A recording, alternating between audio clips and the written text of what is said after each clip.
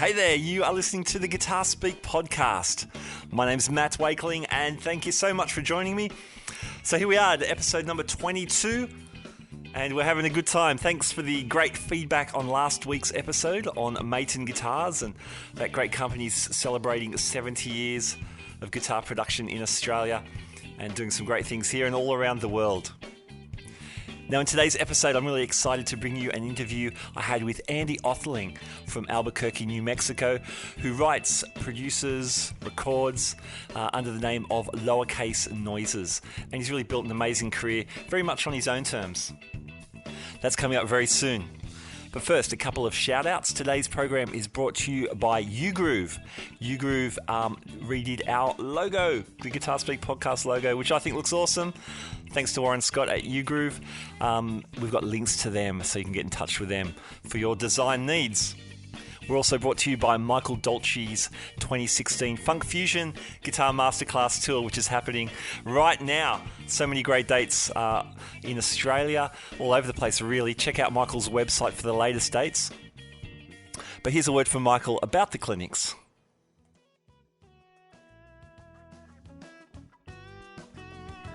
Hi guys, this is Michael Dolce inviting you to my 2016 Funk Fusion Masterclass Tour. To give you a brief rundown of what the night consists of, we get 10 players in a room in a really relaxed atmosphere, nothing too intimidating. We cover soloing over the one-chord vamp. I will be sharing all my concepts that have worked for me over the years and I still use to this very day. The idea is to show you guys these ideas and apply them to your own voice. If you feel that you know how to play a pentatonic scale and a major scale, that's all you really need. If you're interested in attending the class, you can book through my website at www.michaeldolcemusic.com. So look forward to chatting with you all and hopefully catch you at my next masterclass. Cheers for now, guys.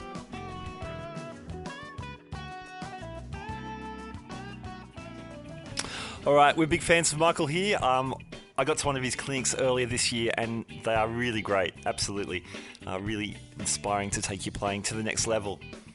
Hey, Michael's put together a really great competition as well, so with some great giveaways, including a Mission Rewa pedal, Trinity pickup, a Celia guitar strap, a box of GHS strings, some really cool stuff. So check out Michael's Facebook page, Michael Dolce Music, or go to our Facebook page, Guitar Speak Podcast, and you'll get all the details there. All right, on to our interview of the day with Andy Othling, also known as Lowercase Noises. About 10 years ago, Andy started uploading YouTube videos, really just sketches or ideas he had for ambient guitar pieces using beautiful tones and gorgeous reverbs and delays and crafting these really interesting pieces. Just played through a webcam, very humble beginnings. Before he knew it, thousands of people were tuning in to his channel, listening to these pieces. And since then, there have been a slew of albums, various tours, and just some really exciting projects that Andy's put together and given legs to. And all of this has culminated in a full-time career for Andy. Andy is the consummate Web 2.0 musician, if there ever was one. But beyond all the clever social networking and use of the media and use of the stretch of the web is really just a heart to make meaningful and expressive music. I think ultimately that's why lots of people are listening to Lowercase Noises. It was great for me to catch up with Andy. I've been listening to his stuff myself for quite a while, and it was great to hear about his influences and his journey as a musician. With Andy's permission, there's a few audio excerpts I'm going to run through the interview as well. First up, we're going to hear a little bit of a track called Beauty Into Rec from the EP Passage. Then we'll move on to our interview with Andy Othling.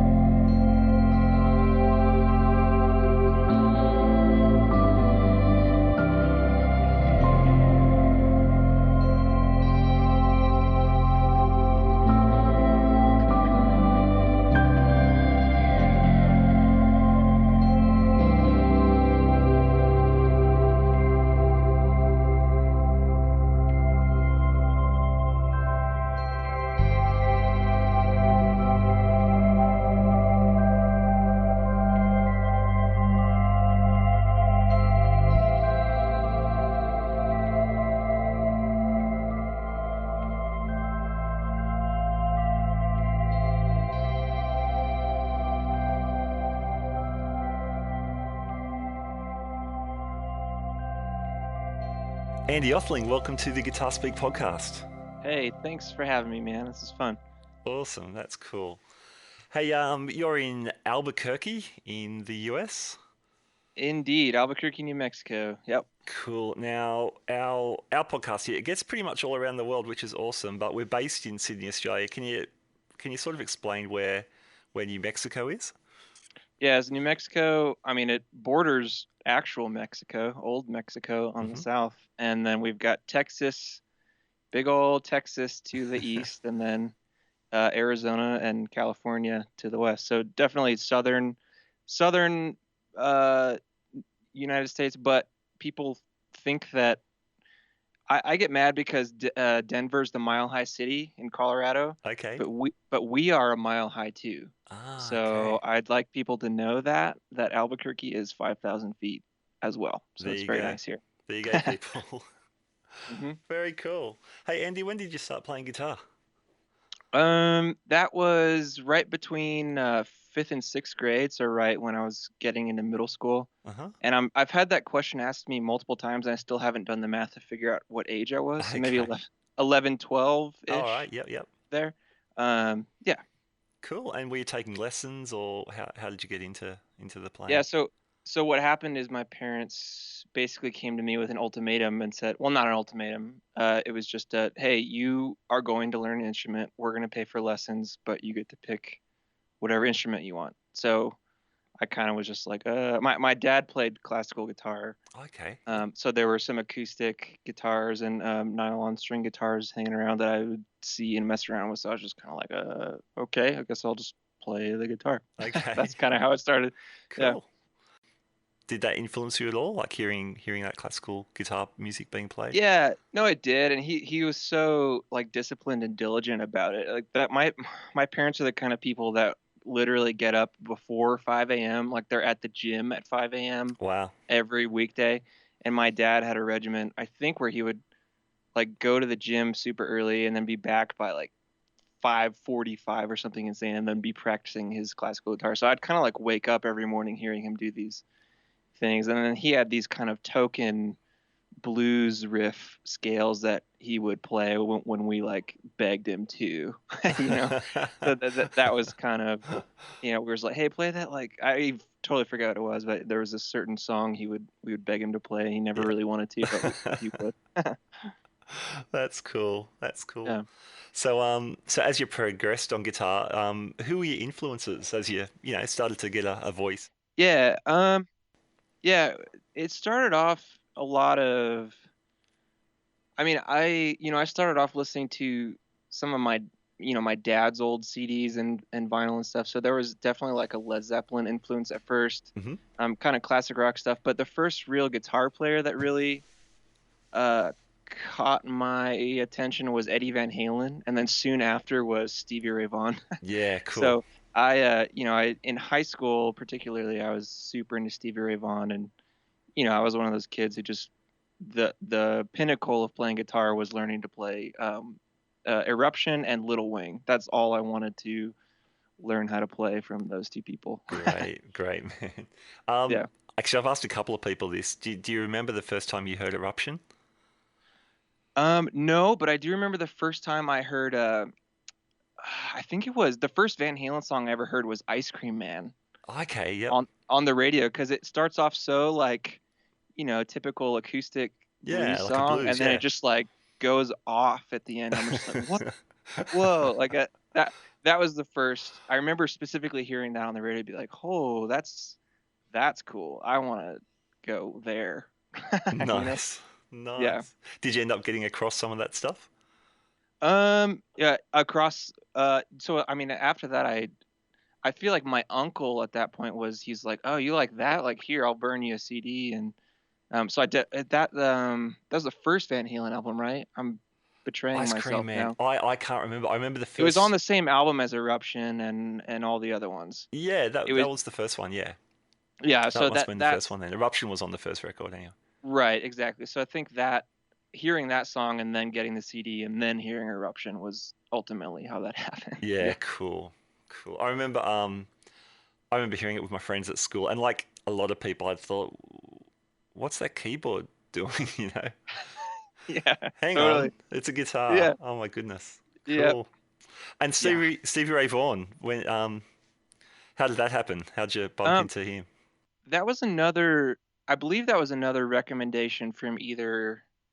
I may have been my uncle again, like Uh just huh. giving me the Texas Flood album. Oh yeah, great. Um, and I just dove really into that, and then just a couple albums worth. But then I remember being super obsessed with the DVDs. Okay, yep, Like Live at the El Macambo yep, was yep. definitely my favorite one, even though he's just like looks so sickly in that video. Yeah, But just that's set in. Was it about 83? I think. that sounds right. It was pretty early on. It was a really tiny club, I believe, in Canada somewhere. Yeah, right. But yeah, I just remember watching that over and over, and just the energy of it was just something I couldn't fathom, really. Yeah, wow. Yeah, he's an absolute force.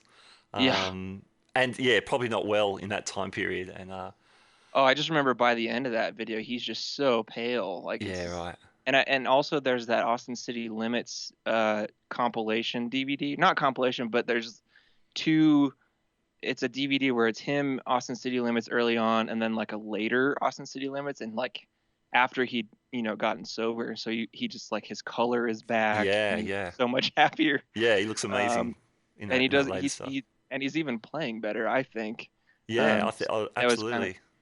an interesting thing to see in that one DVD. I always remember noticing that pretty early on. Yeah, wow. That's cool. In Australia anyway, David Bowie was huge from the Oh whole yeah. Let's Dance. So that's how me and a lot of my friends got introduced to Stevie Ray Vaughan Well, because he. what's funny is so David Bowie was the very first CD I ever bought of my own Oh, choice, okay, wow. and it was the Changes compilation. So Okay. it wasn't so it had Let's Dance on it, Yep. and I didn't realize for years that that was Stevie Ray Vaughan. Oh, Like even yeah. after I got into him. So then at some point I went back and heard it. I was like, wait, holy crap! Like it just tied everything together because yeah, that song in particular, Changes, was the first song ever that I heard where I was like, hey, I'd like to own that song. Awesome, man. And like, so it was the first CD I ever bought, like with my own money, and Great, it wasn't man. just given to me. So it's kind of a weird circle of things that connected after a while. Yeah. Nice. And he had so many great guitar players, David Bowie. Oh yeah, Man, so it's funny, it's not obvious guitar music, a lot of it anyway, but there's always some really great stuff to dig out. yeah, exactly. And Yeah. like, there's probably stuff I don't even know. Like when he died, all this stuff came out that I was like, I kind of I was really into that one album, but I wasn't familiar with a lot of what he did. So Mhm. at some point, I'd like to go back and dive into, his albums and who was there and doing what. And it seems like a fun thing to go back through at some point. Yeah, sure. One really interesting guy is Robert Fripp. Robert Fripp, Oh yeah, who, was making crazy soundscapes on one hand and yeah, then playing these anti-social guitar solos on David Bowie uh-huh. records the other time. So He's one of those guys that I've heard mentioned a lot, and I feel guilty that I should know more of his stuff than I do. Like oh a lot yeah. of people talk to me and like, oh, this guy and Andy Fripp. I'm like, I've heard the name, Yeah. but I should probably know him more than I do. Oh man, he's a guy. He's quite a guy. Anyway, Hmm. hey, listen, back to so you growing up playing guitar. Did you end up Yeah, so you're listening to rock and blues stuff now? Did you end up playing yeah, bands, garage yeah. bands or things? When I was in high school, I basically started an instrumental blues rock band Cool. with a couple other guys. So it was me and a drummer and a bass player, and yeah, it started off basically, standard blues stuff and Hmm. doing our own kind of jam rock kind of things. And I mean, uh, long story short, and you can dive into wherever you want to. I just there was a in high school was kind of like my blues rock phase where I just wanted to like shred as hard as possible, and Yeah. and that's when I was in that band, and there kind of came a point where I was like, this just isn't really doing it for me anymore. Like the Hmm. pursuit of just being able to play as fast as possible and be as flashy as possible, it just kind of lost its charm. Sure.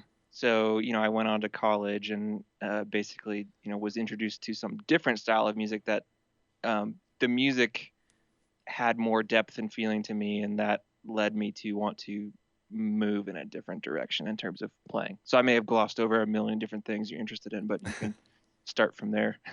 No, that's cool. Well, I wonder, yeah, eventually get to the idea of when did you start working on your more ambient kind Yeah. of stuff. So what were you hearing in college? What kind of artists?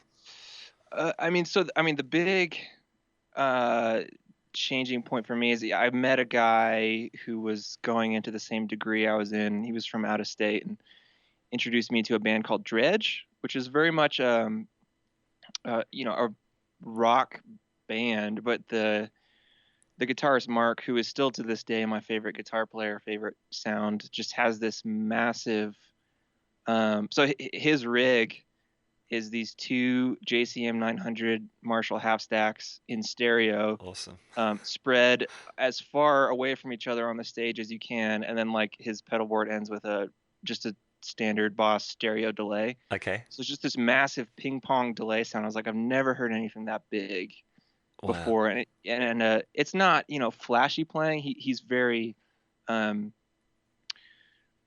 precise and intense in his playing, but it's nothing like a blues, whatever. So I was just blown away by the intensity and hugeness of the sound, and as silly as it sounds, I really got into that band Dredge, and so much so that I got onto an internet forum of just Dredge fans, and from there I just got all these recommendations of it. Oh, Kind of cool. led down to post rock bands, Yep. and then eventually to more ambient style stuff. So that was kind of the gateway to basically where I'm at now in terms of things I like to hear. Yeah, great, man. Yeah. That sounds like a good progression. So, what kind of Yeah. post rock were you listening to? I mean, it started off with uh, Explosions in the Sky was a big one at the Yep. beginning, and Sure. This Will Destroy You. I remember a band called I think they were from Russia, called the Evpatoria Report, Okay. something like that. Um, Basically and I kind of I was really into post rock for a short period Mm-hmm. and kind of fell out of it. Yeah. And really just latched onto the more, I guess, I don't really like the word ambient. It seems like a non-word at this point, but Yeah, sure. at least the stuff that's not that super epic crescendo Yeah. style stuff that gets really big like that. I had that for a period and kind of moved on, at least Mm-hmm. for my tastes, Yeah. But those were the big bands from the beginning. Yeah, cool. So, yeah, it's funny you say about the ambient term because it does sound a little, it can imply all sorts of things from elevator Yeah, music to, to like electronic EDM stuff even. yeah, So it's absolutely, not that useful for the most part. absolutely. So, as nebulous as labels are, what do you call your own stuff? When people ask, what do you do? Um, where I'm at lately, I basically just try to turn it around. Like I've had a lot of people tell me what it sounds like, in that Yep. they say, "Oh, it sounds like soundtracks for movies. Like this Yeah, should be right. in a movie." And so basically, when people ask what it sounds like, that's what I say. So it's like soundtracky type instrumental music that you would hear under a movie. That's Yeah. kind of where I start, and then I might throw in the word ambient if I feel like if that will help them understand. Cool. But soundtrack is the word I like to start because that feel like that puts people in the right headspace Yeah, from the cool. beginning. Nice. Now, Yeah. as far as I could see, and I've been following you for quite a while. Okay. I first found you on YouTube. Was YouTube the first outlet for you getting your music out there? Yeah. YouTube's still basically the center of everything. Yeah, I've Hmm. been doing my YouTube channel since I think I signed up in 2006, which Wow. is insane. It was pretty new, Hmm. but I don't think I really started using it until like 08, 09 or Okay. something. Yeah. But yeah, that's absolutely the genesis of my whole career, Yeah. basically, at this point, is YouTube. Wow, that's brilliant.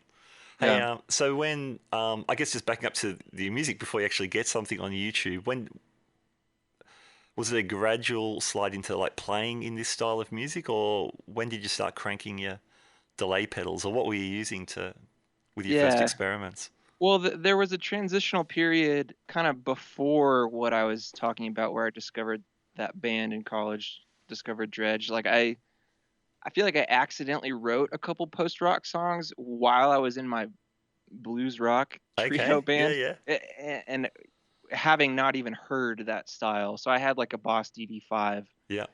as my only thing, delay pedal, and it was just so I was like purposefully not writing something that I could like shred over. It was just like these really slow building, delay heavy lines, Yeah. and it ended up sounding very similar to the music. So it was kind of a cool collision of like, here's what I'm already finding myself interested in, and then I'm like, oh, well, here's this scene that is doing that for the most part. So um, that it started honestly before I even discovered the genre, and then once I discovered that there's this whole kind of minimal realm of music that's more spacey and doesn't quite have the same crescendo Hmm. as standard post rock, and kind of gives you that open space feeling without necessarily the intensity. I kind of just went into it from there. Yeah, cool. And Yeah. was it always a solo guitar thing you were doing? Yeah. I mean, it started. Well, I mean, solo in the sense that one of the other things that happened in college is I had a friend give me a CD full of cracked software, and one of the pieces of software was Sony Acid. So I started just experimenting with recording myself. Okay. So I got kind of, obsessed with the idea of recording myself, Yeah, cool. and just when you first start, you get excited about, oh, I can record myself, and then I could put another recording on top of it, and I can have 10 of me on top of each Yeah, other, which is absolutely. not, it doesn't sound good in the end, but it's exciting to be able to technically do that. Definitely. Um, Yeah. so yeah, that's kind of where that started. Cool. And when did you start using hardware loopers? Oh, ever since I got a DL4, Yep. which was pretty early on, and I still think is one of the greatest loopers ever. Yeah, yeah. Um, A lot of people started looping on it. That's the big green box, yep, the Line the 6 box, hey. the metal spaceship toaster looking 4 button box. Yeah. Yeah, cool. Just because the ability to, if I remember correctly, I really need to get another one, but you can go halftime, octave down, and kind of reverse it, Yeah, and cool. just stack on top of it as much as you want to. Yeah. It just kind of has everything. At least in my genre, you can tweak it and make it sound weird, and it just has everything I want in a looper, basically, even now. Yeah, cool. Yeah, octave down reverse rocks. That's a lot of Yeah, oh fun. yeah, yeah, totally. You don't need anything more than that. Cool, man. Okay, so you started using that with your YouTube videos. Mhm. At least when I started watching, which was probably number 10 or 11 or something. Mm. Um, yeah, the production seemed pretty good. Like early on, you were miking up your amp, and Well, yeah, was I? I'm trying to think. It started off as just a webcam. I honestly think some of my okay, very first videos were purely just yeah, audio and video from like a USB webcam. okay, yep, Um, yeah, and I think kind of coupled with like what I was saying, discovering that software where I could record myself, I was like, yeah, well, cool, I can record my audio separate and then put those together, and it'll be better. So yeah, it was kind of the thing that's both good and bad about my YouTube channel is you go back far enough, you can basically see my entire evolution. yeah, definitely, So it's embarrassing a little bit to see what I did in the past there and how I was recording and filming stuff, but you know, for better or for worse, it's all there for people to yeah. see at this point. I think that's a really cool thing. I think that's definitely a great thing to look at your early tracks Yeah, and how it's all kind of grown. And I know people get obsessed with your pedals and with your rig. sure, It seems like half the comments are, "What pedal are you using for this and what right, pedal are you yeah, using for that?" But at a purely musical level, yeah, I love that. I love it. It's a definite, very linear, or literally a yeah. linear continuation of And at least your the thing stuff. I'm proud about is that I do think throughout the whole process, even though I've gone in and out of doing more gear centered videos, like Hmm. the whole goal for the entire YouTube channel and really every video I do is to have cool musical ideas, Yeah, sure. regardless of gear. And I do think that's really what has helped me be successful Hmm. and ultimately be able to have a career where I'm sustaining myself and my family on it, is Yeah, because brilliant. the end goal is to have a good creative musical product. And sure, there are tools that help me get there, and I'm happy to talk about them. And but it does, it's hard sometimes when people seem to just want to focus on the gear. I like the people who, I mean, like what you just said. Basically, what I'm saying is I appreciate the fact that you, from the beginning, realized that this is, or at least what drew you in. It seems like was the ideas and the musical pieces. Yeah, sure, for sure, for sure. And yeah, and I'll perhaps in a little while we will talk about your rig and where it's up to at the moment. So, Oh yeah, I mean, I um, know I'm on the Guitar Speak podcast, so I know what I'm indeed, getting. yeah. So we are into gear. Oh yeah, No no, apologies, yeah, but yeah, I mean, always the sound is the thing, and that goes for oh yeah, anyone. Hey, Stevie Ray Vaughan, the tone, people obsess over the signal chain, or Van Halen, the brown sound. But yep, at the yep, end of the day, they're making great tunes. You know, they're making great yeah, music. yeah.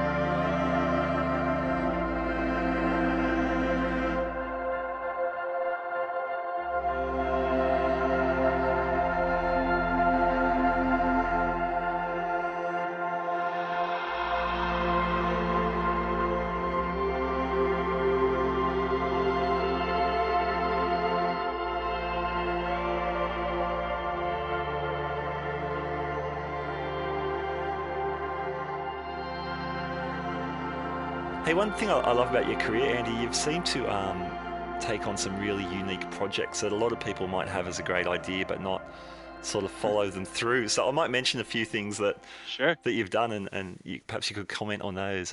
sure. Maybe working backwards a little bit. This year you embarked on a tour called the Slow Spaces Tour. Yes, indeed. Can you tell us a bit about that?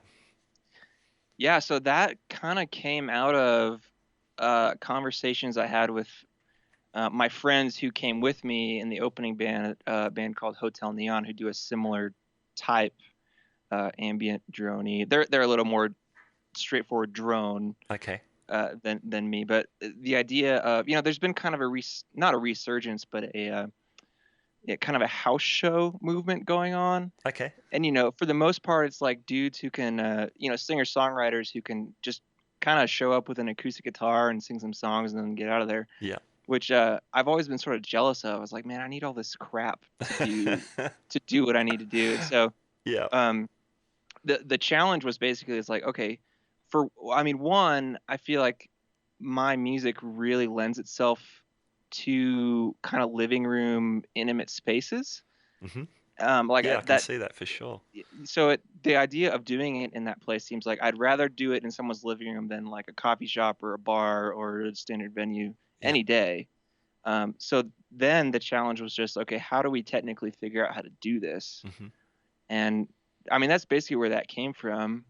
Cool. Just, I think me and the Tasselmeyers, who were in the opening band, and the other guy, Steven, basically for a year or so, we're just like, man, we'd love to do this. And I finally just kind of challenged myself to technically figure out what gear I needed and how to do what I do with as little as possible, but also be as flexible as possible. Hmm. And then at the same time, utilizing email and social media and figure out how to connect with people to get people's living rooms available and sell tickets on my own. So there's like a whole. It was basically just it wasn't even a money making thing. I didn't make very much money, but it was just like, here's something I'd like to do because I'm mostly like a bedroom musician who's just been in my house for my entire career. It's like, I'd love to figure out how to get out and meet people and be face to face with people and not just interact over YouTube comments or Twitter or Facebook or whatever. Yeah. So, I mean, those were kind of the things that really made it something that we wanted to do. And I'm very happy about how it went and hope to do something similar soon because it really did go well. It was awesome.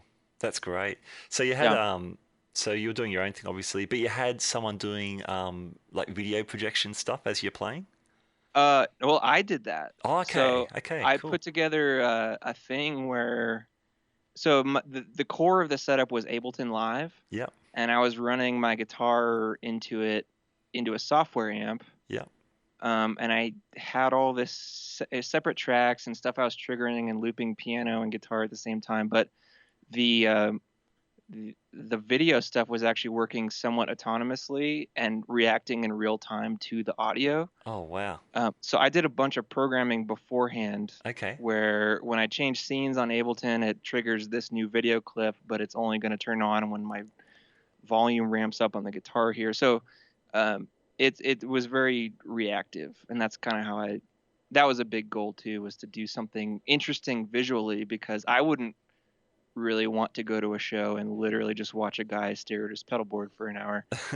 I wanted a visual representation of the sound, so I did spend a lot of time learning about that and trying to make that as cool as possible. Wow, that's great. Yeah. That's really cool. I was wondering, were you always into video production, or did you learn that as you were making your YouTube clips? No, it's basically purely out of necessity, honestly. Yeah. Like I just, I mean, the whole thing with YouTube started as a way to put together song ideas, because at least when I started YouTube, there was a 10-minute video limit. Oh, okay. And honestly, going into it, I was like, well, okay, I've got 10 minutes. I've got one take, one shot. Like, how can I make an interesting musical idea? So the video aspect was purely just, like I said, necessity. Like, I got to make this look slightly not lame, if possible. But it wasn't really the focus from the beginning. Yeah, sure. Yeah. Cool. Good developed skills though, and obviously, put them to use on that tour. That's really great. Yeah, it was pretty fun to put that together. Cool. Okay, simple sounds in simple spaces. Yeah. That looks fun. Yeah. Oh, very fun. Yeah. So what you're doing there, this is my quick summary. You pretty much take your rig into outdoors, these crazy outdoor spaces, and make some music. Middle of nowhere. Yeah. Yeah. How does that work? How do you, just logistically, how do you power up your rig? Yeah, so I discovered I bought not a new truck. I bought a truck 3 years ago and discovered like a year after I bought it that it had an inverter in it. So you press a button in my cab and it powers a like normal outlet in the back of the truck. Okay. So I noticed that as my wheels started spinning, I was like, I can go anywhere and like do something with power. It's kind of crazy. Cool. So basically, I mean, all it is. And again, this, discovering that and doing those videos kind of ultimately led to the Slow Spaces tour coming together, because what all it is I have my guitar, I have my pedal board, which is powered from the truck, and then I have my laptop, which is powered from the truck, and I'm just going direct into an audio interface and using software amps. Okay. And then monitoring myself with in-ear monitors so I can hear. Which the funny thing about that is, if someone came across me in the middle of the desert, they wouldn't hear anything. They would just see this guy standing there with a guitar doing very little, and be like, "What is going on?" So yeah, great. it's a very at least in situations like that, I'm very into convenience. Like, I think software amps are great, and it makes it so flexible. Yeah. To do so many different things. And on the Slow Spaces tour, I spent some money to get really good active speakers Okay. for Yep. our mixer. So I'm just going direct into computer, Yep. Guitar Rig 5, and then direct over software to this USB mixer, and then straight out the mains. So Okay. there's no guitar amp. It's just so. I mean, you're like 95% there, maybe, Sure. but the convenience factor is just so much more. Yeah. Especially And when you're your own everything, you know? right. Yeah. Yeah, exactly. And you just have so much more control. Like on the tour, we were playing all these different spaces. Like we played a workshop in San Diego, and we played a literal apartment in Los Angeles. So it's like we've got to be able to have a good sound in these wildly different spaces. And so we have zero stage volume because everything is going through the computer. Yeah, great. And then the mixer I bought is a Behringer XR18, and so it's just a wireless mixer, and I just had the other guys stand in the back of the room with an iPad and mixed it over Great. Wi-Fi, and Awesome. it was just great. It was like the tiniest, best sounding setup ever. It was great. Cool, man. Nice. Yeah. So, where are some of the places you've done the outside broadcasts? So I've only done two, Okay. and they're both relatively near my Yep. house, within 30 to 45 minutes. There's just so many cool places here in New Mexico, and I will say, I just finished filming a video series very similar to that, where I went out to a different spot in New Mexico and filmed like a 4-part series that I'm currently editing and working on. I actually had a video guy come out with me, so the video will be much um, better in my opinion, but the same overall idea. So, but Cool. yeah, the spots are all honestly very close to Albuquerque, where I live. Nice. Yeah. Nice.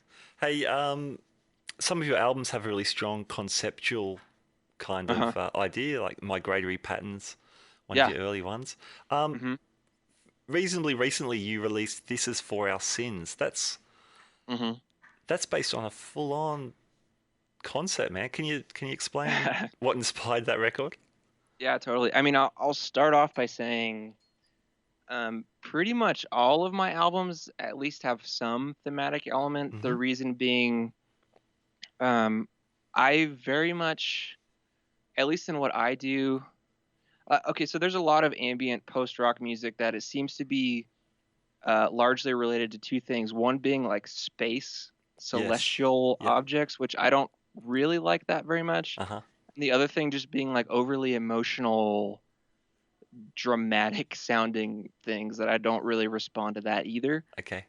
So kind of and this really just came about because me thinking like, how do I name my songs? They're instrumental songs. I have to come up with a name. Like, what do I even call this song? Yeah. So really kind of what I settled on is like, I'd like each song to represent something I'm going through in my life, but to abstract it with a story that's not directly related to my life. Hmm. Um, so that's basically what all my albums have been. With This Is For Our Sins in particular, I stumbled across a story about it's an insane story about this family of 6 that was isolated in the Siberian wilderness in Russia for over 30 years, like so long that they didn't know World War II happened. It had no human contact for 30 years. Wow. So there was a lot. Basically, well, I mean, one, it's a very cool story, but two, it kind of encapsulated certain things I was thinking about at the time. So instead of writing this album and all these songs and being like, well, here's some overly emotional title that directly relates to how I'm feeling, it's just kind of like an abstraction of here's a story I can use to Hmm. say those things without being too personal Yep. about it, if that makes sense. Yeah, sure. So there's a distance, but you're really drawing on the Yeah. story and the characters. And I do think it allows more people to come in and engage in the music because, I struggle with this instrumental music. Like, it seems silly to me to try to infuse too much of my personality because part of Hmm. the point is to let people feel whatever they want. Sure. So if I can abstract it a little bit, it's still me and what I feel, but there's kind of a layer between it that allows people to take literally whatever they want. And even with that album, I didn't try to beat people over the head with the story. It's like the titles are kind of vague still. So if someone wanted to dig in and uh, think about the story or discover what it means, they could. But if they didn't want to, then that's absolutely fine too. Sure.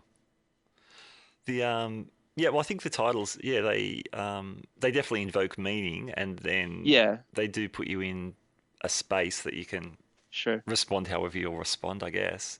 Yeah.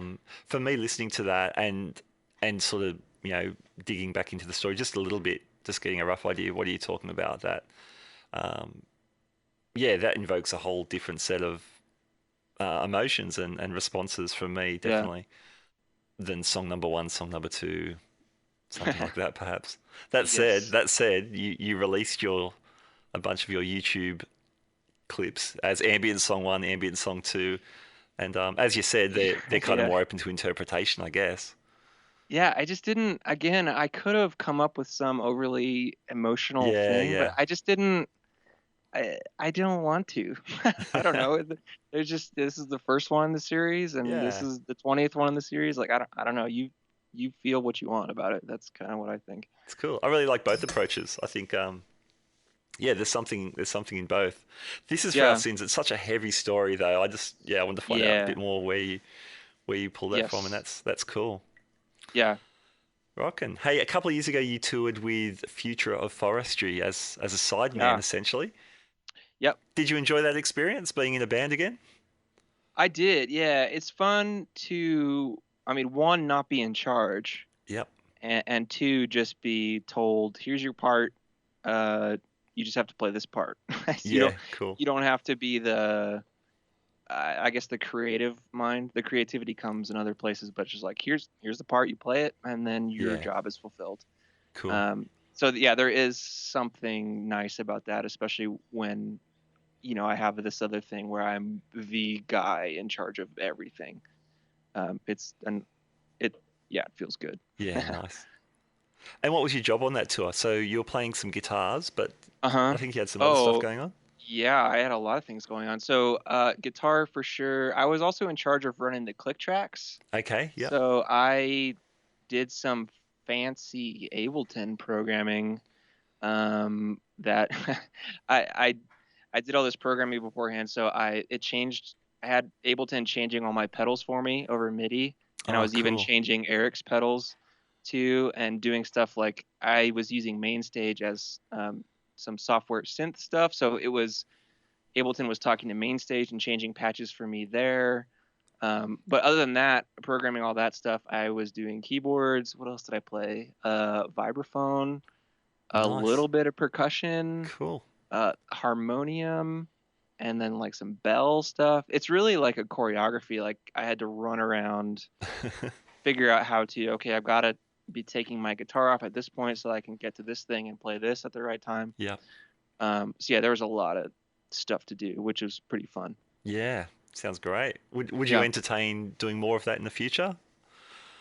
Yeah. I mean, I'm not the kind of person, I've got a family and four kids. I don't want to be gone a Yes, lot. sure. The nice thing about Future Forestry is, Eric, the main guy, he's got a wife and kids too, so he's not going to be touring that much. Yeah, So it's nice knowing that he's not just some single gung ho dude who's like, I'm going to be touring 7 months out of the year because I'm not yeah, interested in that kind of gig. for sure, But for sure. but yeah, like I said, it is really refreshing to step away from being the sole creative mind and the one who I have all the pressure on my shoulders to a situation where I'm sharing that with other people. And honestly, just playing with other musicians is just great overall. So yeah, I'd definitely be interested in something like that as long as the time permitted. Yeah, absolutely.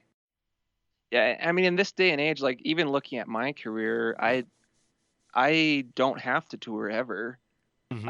I do it when it comes up and when it makes sense because it kind of adds to what I'm doing. But I don't know. We're in a weird age where it is possible to do music for a living and literally just stay in your bedroom Yeah, all day. that's a whole paradigm shift, isn't it? Yeah, absolutely. Back in the day, you'd be in your bedroom the whole time, so you Uh, could eventually get a gig. but Right. you've done it backwards. I absolutely, yeah, it's kind of weird.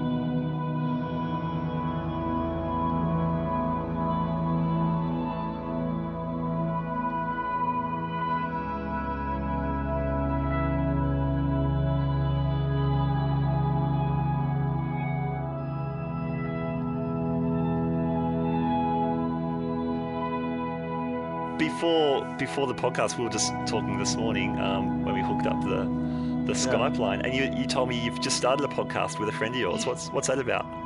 Yeah, it's called Ink and Echo. So it's basically me and my friend Josh, who lives in Denver, just 6 hours north of me in Colorado, and he's an author, soon to be director with a day job. Uh-huh.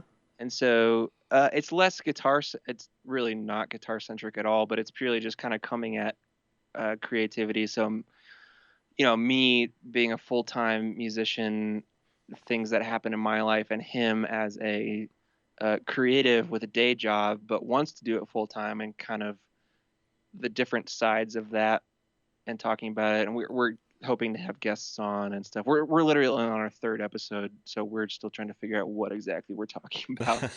But I've just had I really like the podcast medium, and I think it's a good place to get ideas and in context out, and I'm just really enjoying talking to my friend and putting some ideas out there that might help people that I don't think I could articulate on Twitter or Facebook or any other medium, really. So that's kind of where it comes from, and I'm pretty excited about it. That's cool. Yeah. Yeah, a lot of online content. It's so bite size. Yeah. Like your 15-second video clip or this or that, which is great. You get to grab bits, but I don't know. You're preaching to the church, really. In podcasts, I love that whole idea that you can sit down and talk to someone for half an hour, for an hour, and like we're doing now, and dig deeply into things. That's definitely cool. So, what's the name of the podcast again? Ink and Echo. Ink and Echo, and you can just go to inkandecho.com, and all the links to all the places are there. Oh, that's cool. I'll definitely check that out, and encourage our listeners to. That's fantastic. Yes. Alrighty, I'm just going to get my nerd on now, and I'm waiting for you to do it. The inevitable gear questions, but I've loved digging into this other side of it, because as we said, the tools are fun. Like, we love the tools, but the music's the goal, isn't it? So talking about that's cool. But now that that's out of the way, we can talk about the gear. Yeah. Now your gear has so you started with a DD5. Well, that was probably a shaper to your soundtracky kind of style. You went to the DL4, the big green. Yeah. looper. I reckon. What if we just jump to now? What does your live rig look like? Well, I mean, let me just say this. It changes so often. I Yeah. don't feel like I have such a thing as a live rig. Okay. It's just like, here's what I want to make today, and so stuff is coming in and out a lot. Cool. But I mean, I'm looking. So I have the board in front of me that I use for this 4 video series. hmm I don't know. Should I just like tell you the Yeah, chain? Is maybe that cool? some of your main things. Well, what's your main? Maybe some big items will be Yeah. your looper. Yeah. I Are mean, you on a boomerang now? Looper. I'm not. I still have it and I love it, but I'm currently using a Ditto X4. Okay, the TC Yeah, the electronics TC one. Electronic, and Yeah. it's very cool, and it's just simpler than the Boomerang when I don't need all the stuff the Boomerang. I mean, people ask me like Ditto X4 or Boomerang. I'm like, well, it's apples and oranges. Like, it's just depends on what you want. Okay. Currently, I'm looking for simpler features, but still being able to do reverse and halftime and all that cool stuff. So Yeah. that's at the end of my chain. I mean, the biggest things, the Pog 2, I use it a lot, Yeah. especially the auto swell feature. Okay. I've really gotten away from using the volume pedal for swells. Okay. Why is that? Um, I don't know. Well, part of it is I'm really one of my favorite and most inspiring artists right now is a band called A Winged Victory for the Sullen. And their guitar player Adam is one of the dudes from Stars of the Lid, which you may have heard of that. It's like super ambient Okay. stuff, very minimal. But he uses a Pog 2 for his auto swells, and it's just perfect for me. It never misses a transient, and you can do an incredible amount of stuff with it. So not only can it do standard octave stuff, but the swells are great. Cool. Um, And that's been I in your rig for a while, hey? Yeah, I used the micro Pog for a long time, and kind of once I figured out that the Pog 2 had the swell. I Okay. mean, the attack. It's basically the attack slider. Gives you the ability to cut the attack off. Yeah, sure. Once I discovered how versatile that is, I went there and never looked back. Cool. I mean, other than that, the old Blood Noise Procession, I really like. Yeah, what does that I do? use it honestly very early in my chain, 100% mix. So basically, it's another way. If I don't want to remove the attack on the Pog, I remove the attack with that pedal. Okay, yeah. So I can kind of just like, pick a double stop or something, and it just kind of turns into a droney thing. Cool. I use I use 2 El Capistans right now, one for delay and one purely just for looping. Okay. I got tired of switching back and forth between the delay and loop settings because I love them both so much. Okay, And the El yeah. Capistan looper, I don't know if there's a signature thing I do, it's probably that because I haven't. It seems like most people don't know how the heck to use it, Right. and I just love the fact that it deteriorates and degrades over time and that kind of interesting stuff. So with that, yeah, just back on that, yeah, a lot of Yeah, loopers, sure. and I'm not sure if everyone gets this, but a lot of loopers will just infinitely loop your Yeah. part, which is cool. Yep. Particularly those singer-songwriter guys that need their verse just to, Right. keep sitting Yeah, on it. exactly. So with the El Capistan, how are you using that? Do you want to explain the Yeah, deterioration I mean, idea? there's different ways I use it.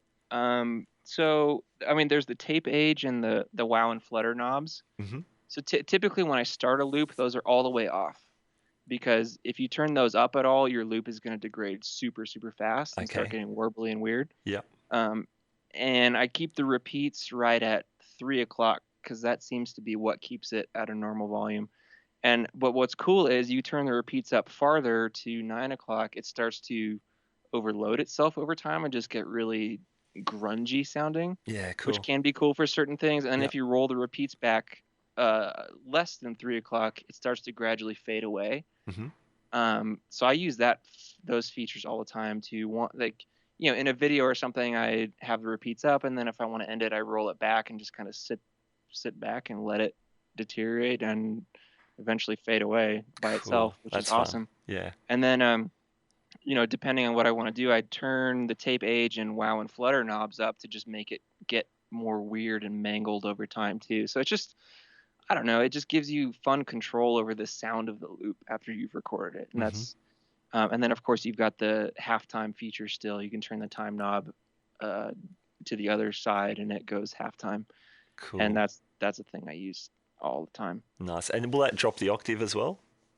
Yeah. Like a standard kind of halftime idea. Yeah, cool. Yeah, exactly. Good And it times. works That the sounds opposite fun. too. You can leave it in halftime mode and record and then go octave up if Pull you it want. up. But I don't, Yeah, cool. I don't do that as much, but still a cool thing. Yeah. Nice. Anything And else? then I mean, I've started somewhat recently. I got the Montreal Assembly Count to 5 pedal. Yeah, I was just talking to Sarah Lipstate, Yeah, who's I actually Novella. listened to part of your podcast with her about that. Oh, And, cool. which I remember her saying that she doesn't know what the hell it does some of the time, which I completely agree with. But I think everyone I'm says that. yeah, I feel like I've got a pretty good handle on it. One of my favorite features is that you can sample things, and then have it play back in like 3 different octaves, all reversed or at different reverse and forward. You can just do some weird stuff with it. Uh-huh. And one of my favorite things is when you like what it's I don't know what's happening internally, but it's stretching the sound such that it gives you that when it goes an octave down, it gives you that nice lo-fi kind of crinkly sound. Uh-huh. Cool. So different than something you can get on the El Capistan. So one of my favorite things is just layering different lo-fi sounds. Like I really try to avoid loading up on the same frequency. So different pedals allow me to put things in different frequency ranges, and this is just a different pedal that has a different sound that allows me to arrange things in a different way. Yeah, so cool. That's what I like about it. And I'm other than that, I'm really happy with the Eventide Space as a reverb. Mm-hmm. I just the black hole algorithm is just I can't get away from how good it sounds, and I love it. Cool. So, yeah, and then I've got 3 Chase Bliss audio pedals on there: the Warp Vinyl, Tonal Recall, and the Gravitas. Partly because the warping abilities are just so fun. Yeah. You got, a ramping tremolo that's constantly moving between slow and fast. It's just very interesting. Again, as like a layer on top of other stuff, it just adds a layer of complexity or weirdness that I can't really quite get from anything else. Yeah, nice. So it sounds to me like at the moment, a big deal for you is not just sort of stacking linear sounds on top of each other, but you're really looking for movement within those sounds. Yeah, absolutely. Once they're looped. Oh yeah, because I mean, one of the things you learn over time is that you can't just have one reverb and constantly put that same sounding layer on top, because you're just going to get a huge mushy sound of grossness. Uh-huh. Yeah, if you do want to layer lots of things together, you've got to delineate them somehow, frequency wise or part wise. And I'm largely dealing with big frequency type sounds, so I've got to make sure I can separate them somehow, and that's kind of what I try to focus on. Yeah, cool. For with that frequency span, is that part of the attraction for you now with using software amps and running them through like full range cabinets? Does that handle the broad frequency better than say a couple of guitar combos?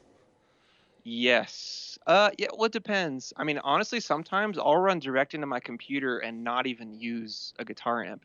Because at some point, it feels silly to me to like, okay, I'm playing a guitar, but the sounds that are coming out are not guitar sounds at all. So why use a guitar amp? So there are songs and YouTube videos I've put up where it's literally direct into my interface with a little EQ maybe, but no real amp or no software amp. Yeah, right.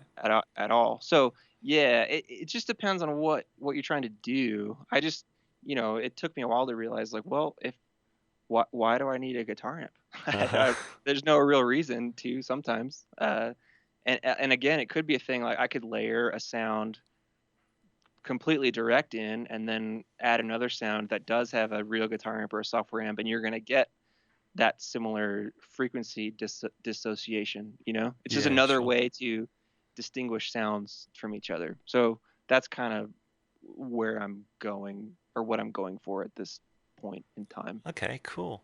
Hey, Yeah. interesting. Again, just to mention Novella again. Sarah was saying, Yeah. yeah, same story. Hey, sometimes she's not using an amp at all. Yeah. Yeah. Yeah, like so interesting that both you guys have arrived at similar ideas. But sometimes you'll use one if you want to. The pair of you, Right. very interesting.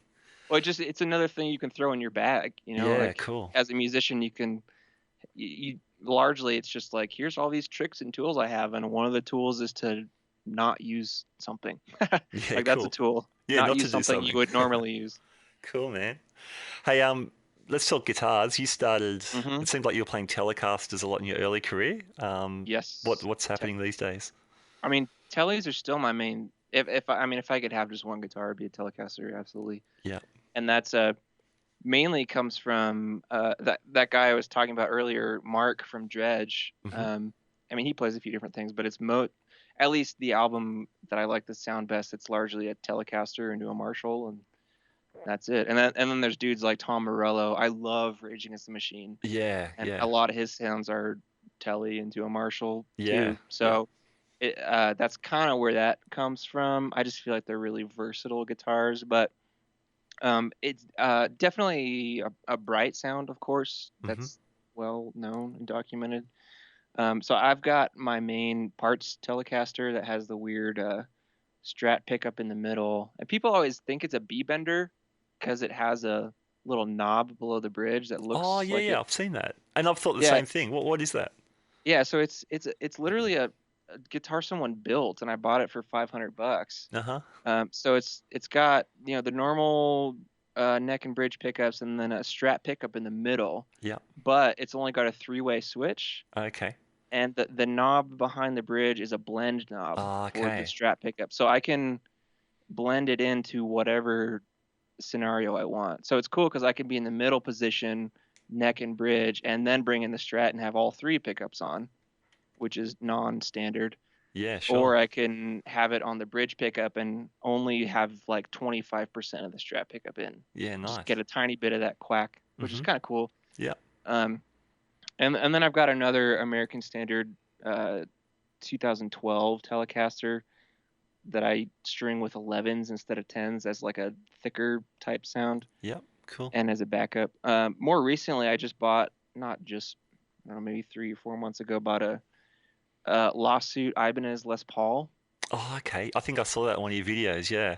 Yeah, it's like this weird sunburst Yes. guitar. Yeah.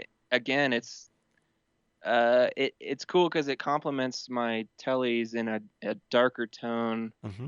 but it has the bolt-on neck, which Yeah. is cool Yeah. because I don't, for the most part, I don't really get along with Les Pauls because of how dark they are. But I think the Okay. bolt-on neck gives it that brighter sound that I need, but still kind of the heaviness of the humbuckers. Yeah. Uh, Cool. so it's a perfect complement in my Mm. mind, and it's hot, it's chambered, which gives it a little more brightness too. And Right. again, it was like another $500. So apparently, I'm drawn to really cheap, weird guitars, Sure. which has always been kind of my thing. So it's Why fun. not?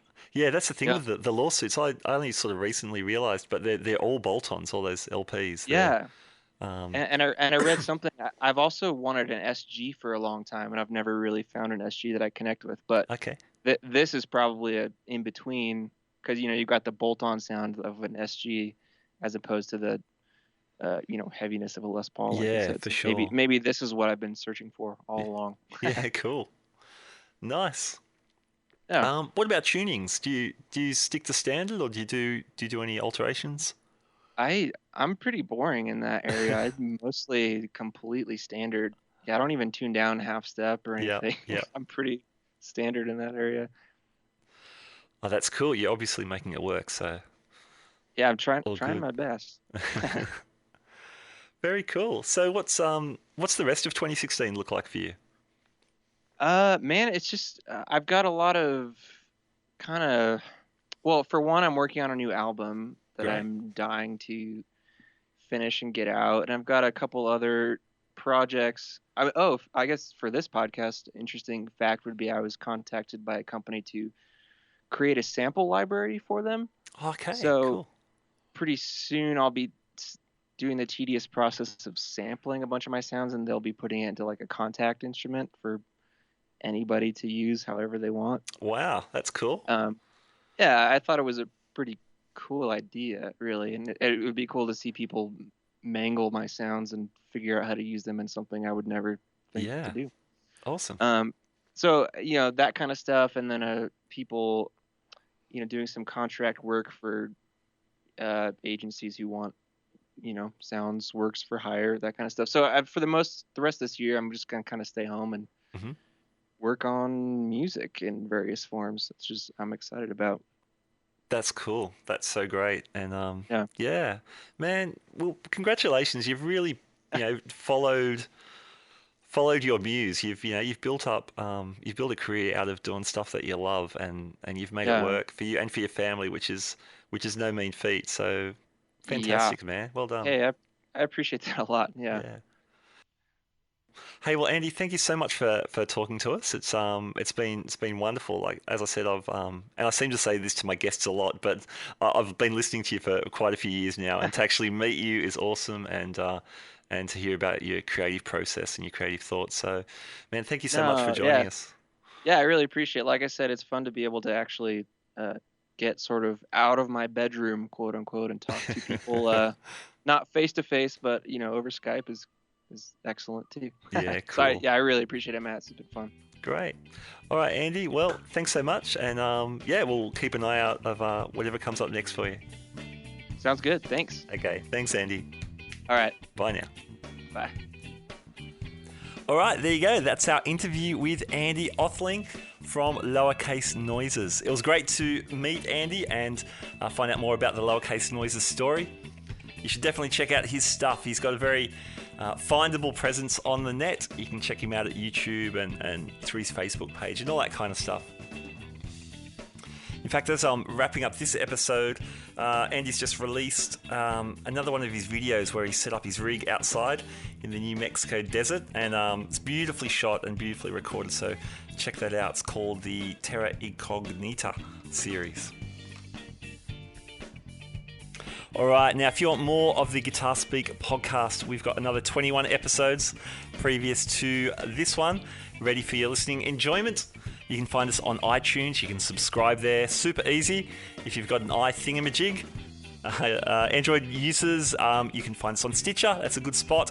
And you can definitely go to guitarspeakpodcast.libsyn.com and you can download all of our episodes there.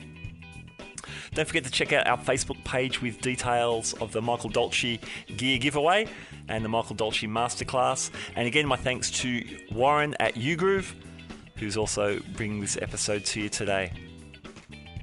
Now, before I go, just a couple of things. If you're enjoying the episodes, hey, would you please share them around your social network? And that helps get the word out there for us. If you're on iTunes, if you could leave us a review, that's really helpful for us as well. And I think that's all I need to tell you, other than to say, finally, thank you so much for joining us. Love having you here. We've got some really exciting things coming up too. So get locked in somehow so you know what's going on here at the Guitar Speak podcast. And we'll see you next time. Bye now.